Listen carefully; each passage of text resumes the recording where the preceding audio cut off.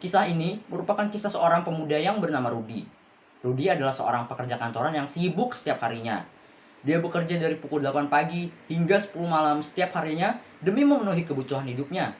Rudy merupakan orang yang dapat bergaul dengan siapa saja. Dia pun ramah dan baik hati kepada semua orang.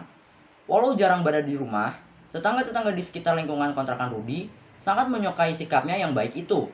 Ia juga sering mendapatkan masakan tetangga setelah pulang kerja. Suatu pagi, Rudy bangun kesiangan, dan di saat yang bersamaan, ada seorang tetangga yang berteriak minta tolong dekat rumahnya. Panik dan bingung, itulah yang dia rasakan Rudy pada saat itu.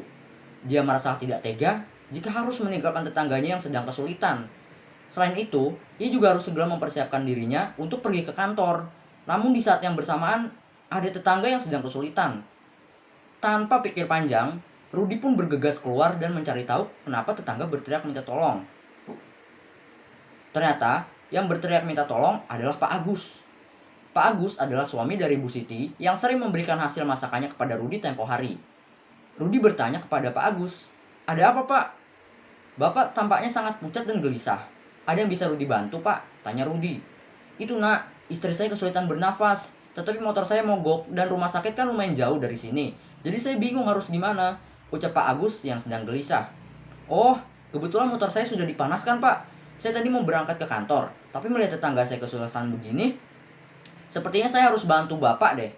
Bawakan istri Bapak ke sini dan saya antar pakai motor saya sekalian saja, Pak," ucap Rudy yang menawarkan bantuan kepada Pak Agus.